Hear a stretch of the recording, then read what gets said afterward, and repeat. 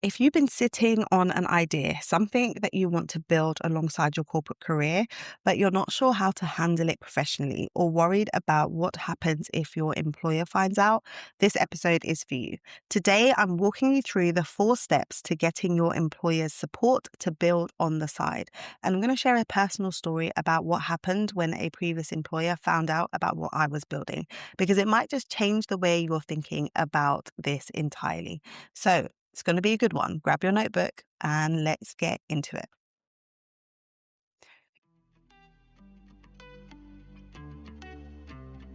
Welcome to the Career Changemaker podcast. Do you want clear direction about your next chapter, but find yourself overthinking every move and worrying about getting it wrong? If so, you're in the right place. Hey, I'm Janine Esbrand, corporate lawyer turned career coach, keynote speaker, and mother of 2. And I've discovered how to gain real career clarity and build an impactful career on my terms without sacrificing security or burning out. If you're ready for aligned career options, confident decisions, and work that protects your peace, close that comparison tab on LinkedIn, grab your notebook, and let's dive in.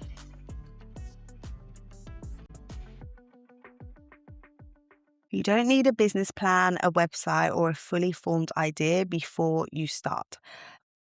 I know that there's a part of you wondering, is this really possible for me? I've been in corporate for so long. Do I actually have something worth building? But I want you to hear this. The women that I work with are sitting on far more value than they realize. The experience that you have spent 15 or 20 years building, that is an asset. You don't need to start from scratch. You just need someone to help you see clearly what you already have in your toolkit and show you what to do with it so that you can build beyond your current role. And that is exactly what we're going to be doing together inside of the Portfolio Career Academy. We are getting started at the end of June. If you are someone who wants to build with intention so you can create more income and impact, come and explore joining us. The link to join the waitlist is in the show notes. I will be sharing information about the program, how it's going to work, when it's going to start, who it's best suited for, to those who are on the waitlist first. One of the biggest worries for women who are considering building on the side is whether their employer will find out and what would happen if they were to find out. And I understand that instinct and that concern, because what if you are seen as being disloyal? Or what if you end up jeopardizing the role that you've worked so hard for? Or what if you just don't know how to navigate the conversation? So I want to share with you what happened to me, because I think it can offer you a bit of a reframe when you're thinking about navigating this space. When I was building my coaching practice alongside my role as a corporate lawyer, I remember having a conversation with a colleague about what it is that I was doing, and they encouraged me to mention it to HR. And I did. I mentioned it in passing. It wasn't a formal declaration or a formal discussion. It just came up naturally around what we were talking about. Rather than the response being what I had braced myself for and really thinking they were going to perhaps be a bit negative or wonder how I was managing to do this alongside my work, my previous employer came back with an inquiry. They had seen that I had been talking about a return to work course that I was running for new parents at the time. And they inquired about the course, and they wanted to find out what it entailed, how it worked, and they were considering offering it internally. And they ended up doing a pilot with one of the women who were returning back to work. So let that land for a minute. I was concerned about how they might take the fact that I was building this coaching business alongside my legal career.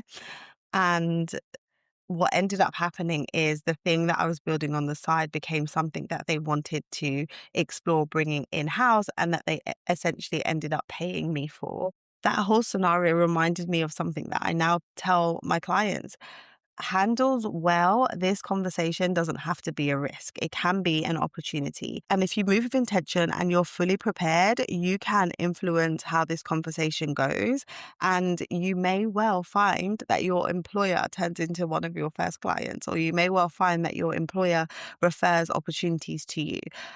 If I think about my early roster of clients, a lot of them came from my firm. They were either peers, they were colleagues, colleagues, they were people that referred me. And so being open about what it is that I was building, it helps me get my business off the ground. So obviously, every circumstance is different. Your situation may be different, but I wanted to share that with you as an example of what is actually possible. And today I want to break down the 4 steps that you should be taking so that you can put yourself in the best position when it comes to building outside of your role. So, step number 1 is to start on your idea first. Before you have any conversation with your employer, get clear enough on your idea that you are able to actually articulate it. You don't need to have a finished product, but you do need to have more than a vague intention around what you're planning to do. Walking into a disclosure conversation with, I'm thinking about maybe doing something on the side, will definitely put you on the back foot because you sound uncertain and uncertainty creates concern. But if you walk in with a clear, considered description of what you're building, even though you are in the early stages, that will signal that you're a professional who's making a deliberate decision and you're not someone who hasn't really thought it through yet. So spend the time getting your idea out of your head and onto paper. What problem are you looking to solve? Who is it for? What form will it take? Are you considering doing consulting or building a course or doing some coaching or doing some advisory work or sitting on a board? What is it that you are planning to leverage your expertise to do? You don't need to have all the answers, but you do need to know enough to speak about it with confidence. And that clarity will serve you in both the conversation, but also everywhere else too. So as you start to build, you being clear on what your focus is going to help you to really narrow in on the specific tasks and focus that you need to have moving forward. So that's the first thing.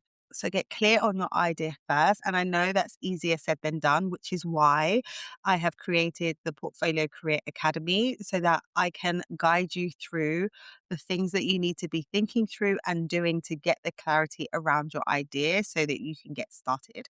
Go and get yourself on the wait list if you know that you want to start building, but this has been the initial hurdle. What would I even do? We're going to be covering that off in the academy. The second step is to check your employment contract.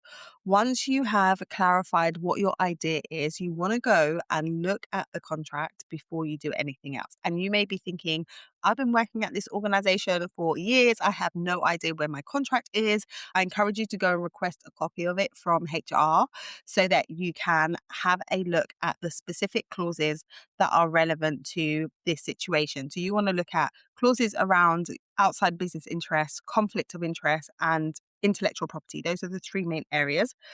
And I will say, quick disclaimer, even though I am a lawyer, I am not your lawyer in this circumstance. So I'm not giving you advice around your contract. You're going to need to have a look at this for yourself. And if you feel like you need to go deeper and get some legal advice, then you can do that. But for most people, just having a look at the contract and the wording is sufficient to let them know what they can and can't do or what they must do going forward. But here's the thing, most people assume the worst without actually checking. So some contracts can be quite restrictive, but others may not.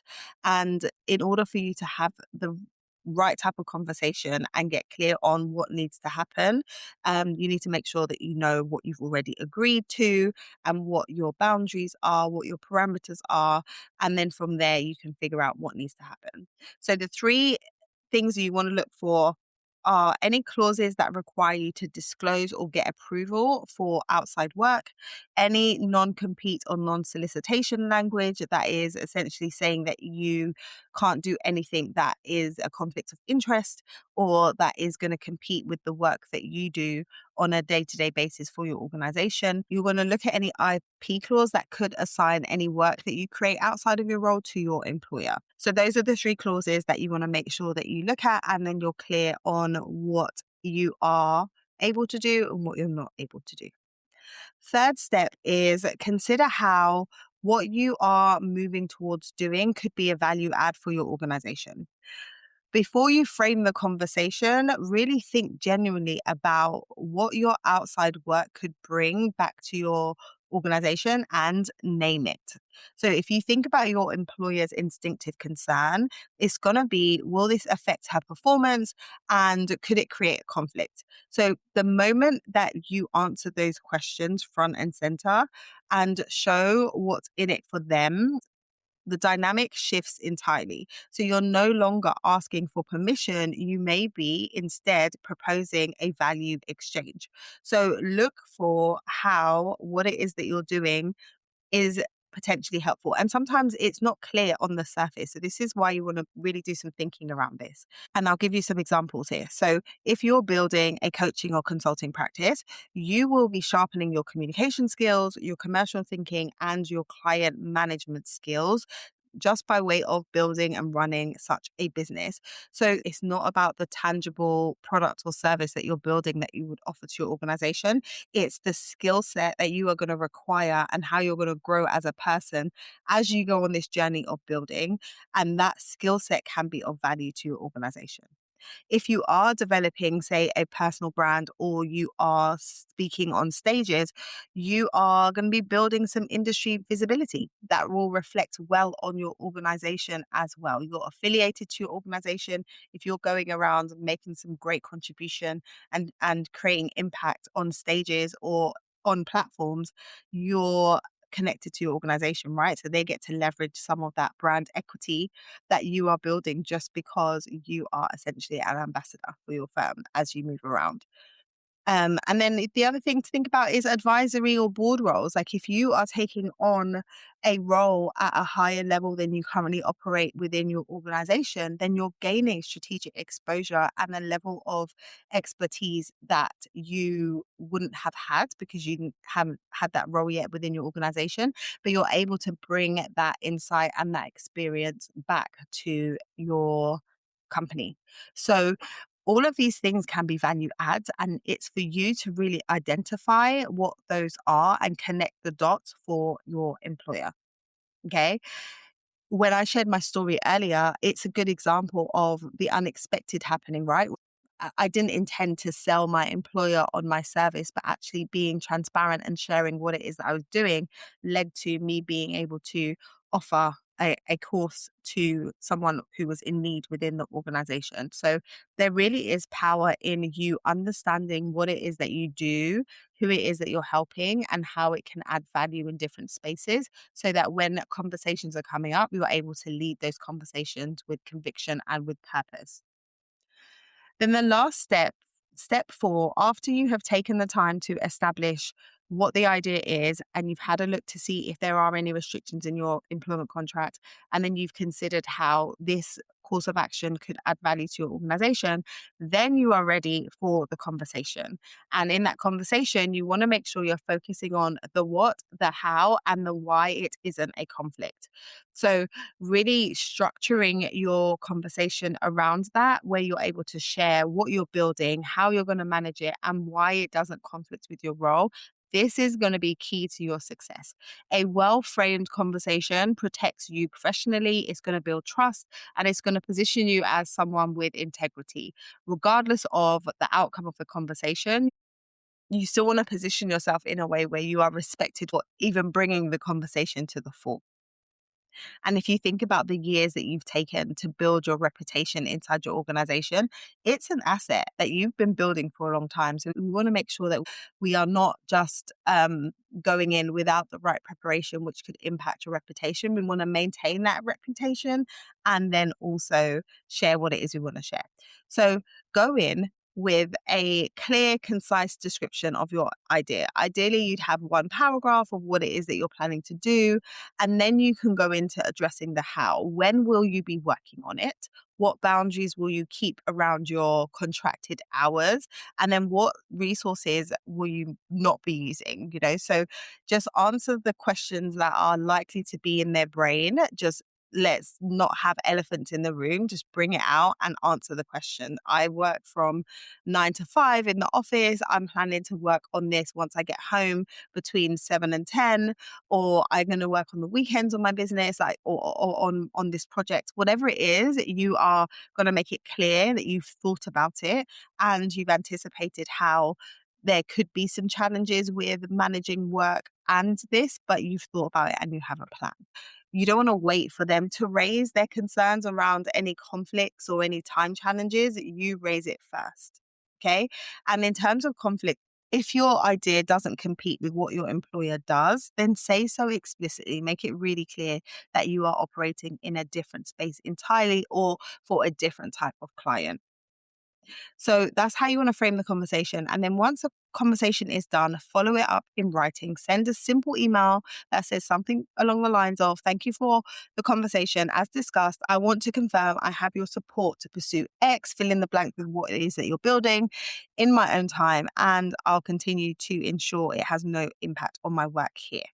That's it. Just needs a sentence, and you want them to just respond to that and confirm it so you have it on record that this has been approved. So that's really the approach. So to put it all together, you start by getting clear on your idea, because clarity is going to give you confidence around what it is that you're doing. Then you check your contract so that you know your actual starting position, not your assumed starting position. And then think about the genuine value your work could bring back to the organization, and then frame the conversation around the what, the how, and the why it isn't a conflict. Okay. What you're going to do, how you're going to do it, and why it isn't a conflict. The fear most women have around this conversation is almost always bigger than the conversation itself. And my experience has shown me that when you handle things with transparency and preparation, you might find that your employer becomes your first inquiry or your first hot lead.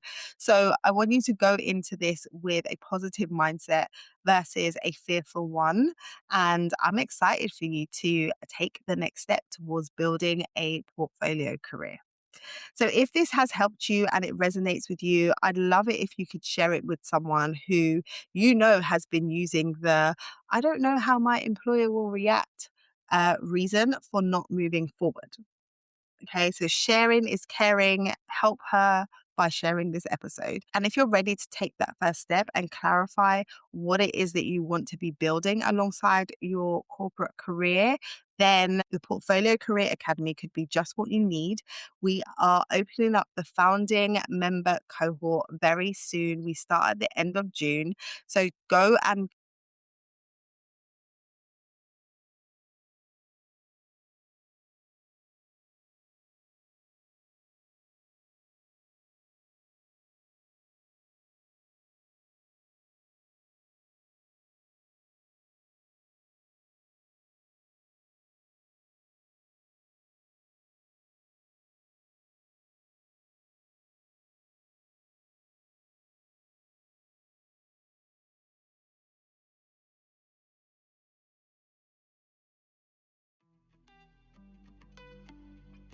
Hey, ambitious woman, I hope you enjoyed today's episode. If so, would you take 30 seconds to follow the show and share it with someone who may be quietly rethinking their next chapter? Also, please leave a review. It really helps this message reach more ambitious women ready for career clarity, and it lights me up to know that this podcast is helpful to you. Until next time, go and take one strategic step forward, and I'll meet you back here in a few days for another episode. Let's keep building.